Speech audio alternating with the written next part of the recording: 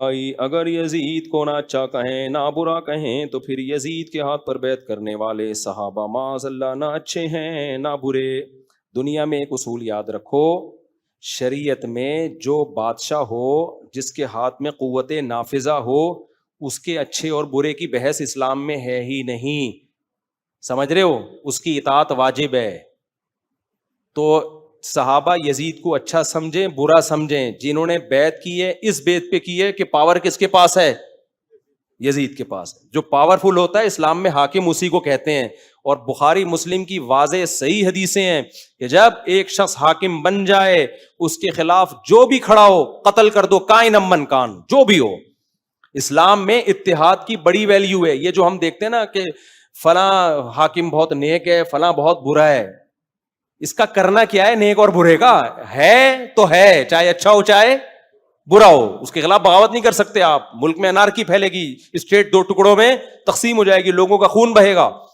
تو جن صحابہ نے یزید کے ہاتھ پہ بیعت کی، انہیں اس سے بحث ہی نہیں تھی کہ یہ نیک ہے یا کیا ہے، فاسق ہے. انہوں نے کہا پاورفل ہے، بیعت نہیں کرو گے تو بغاوت کے جرم میں قتل کر دے گا.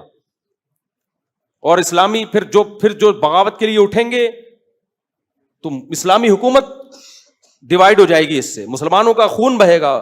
اس لیے بھائی جو بھی ہے اچھا برے کی بات ہی نہیں ہے. تو اسلام میں یہ ہے کہ اسمعوا واطیعوا ولو سلط علیکم رجل حبشی کأن رأسه زبیبہ. اس پہ بہت دفعہ میں بیان کر چکا ہوں. تو آج کل کسی اسکالر کا بیان سن رہا تھا، کلپ آیا ہوا تھا، انہوں نے کہا حضرت معاویہ نے جو ہے بیڑا معاذ اللہ نقل کفر نباشت، بیڑا غرق کر دیا اس امت کا، یوں کر دیا، ایسے فضول 15ویں صدی کے ٹچے بیٹھ کے حضرت معاویہ پہ بات کر رہے ہوتے. بھائی حضرت معاویہ کا ان سے اجتہادی اختلاف تھا. تو سیاسی اختلاف میں جب کسی کا کسی سے اختلاف ہوتا ہے تو آپ ایسے ایکسٹریم لیول پہ نہیں جا سکتے. حضرت معاویہ نہ ہوتے تو کوئی دوسرا ہوتا تو بھی اختلاف ہونا تھا.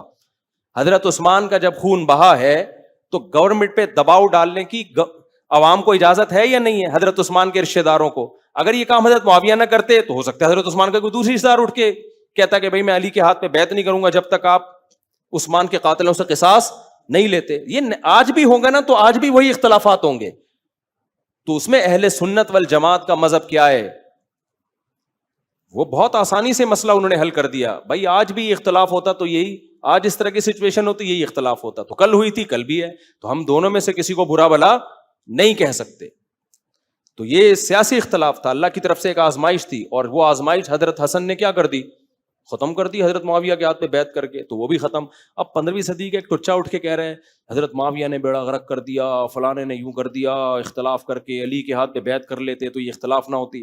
بھائی حضرت معاویہ نے ابو بکر کے ہاتھ پہ بیعت کی کہ نہیں کی؟ حضرت عمر کے ہاتھ پہ بیعت کی کہ نہیں کی؟ حضرت عثمان کے ہاتھ پہ بیعت کی کہ نہیں کی؟ کوئی اختلاف کیا؟ اگر ان کو حکومت کا شوق ہوتا تو ان تینوں خلیفوں کے ہاتھ پہ بیعت کرتے. حضرت علی پہ بھی ایسا نہیں ہے کہ بیعت نہیں کی، انہوں نے کہا بیعت کروں گا، پہلے عثمان کے قاتل چوک پہ لٹکیں گے. تو یہ رائے کا اختلاف ہو سکتا ہے. تو کتنے آسانی سے اہل سنت نے حل کر دیا. جو اہل سنت کو نہیں مانتے نا، اپنی طرف سے قرآن حدیث کی تشریح کرتے ہیں، وہ ساری زندگی اس مسئلے کو کبھی بھی حل نہیں کر پائیں گے. وہ یا تو ایک طرف چلے جائیں گے یا دوسری طرف چلے جائیں گے. جو حضرت علی کے مخالفین ہیں وہ بھی فضول بکواس کرتے ہیں، کہتے ہیں صحیح تو کہہ رہے تھے حضرت عثمان کے قاتلوں کو لٹکا دیتے ہیں نا، آپ نے کیوں نہیں لٹکایا؟ وہ اس طرح کی فضول باتیں کرتے ہیں. ہم کیا کہتے ہیں؟ بھائی حضرت علی کا خیال یہ تھا کہ یہ میرے بس میں نہیں ہے، حضرت معاویہ کا خیال یہ تھا کہ آپ کے بس میں ہے. اب کوئی وحی تو نازل نہیں ہوئی تھی نا.